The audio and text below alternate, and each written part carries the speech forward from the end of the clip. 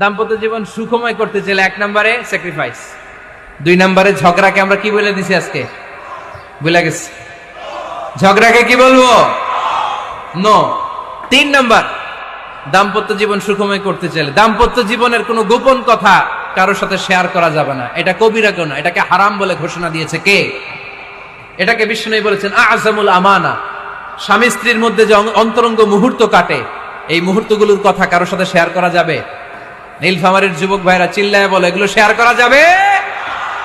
বিষ্ণু বললেন খবরদার, এটা আযমুল আমানা। স্বামীর সবকিছু স্ত্রীর কাছে আমানত, স্ত্রীর সবকিছু স্বামীর কাছে আমানত।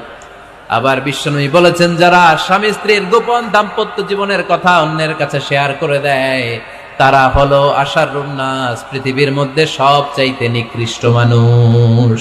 এরা নিকৃষ্ট, এদের চাইতে নিকৃষ্ট আর কেউ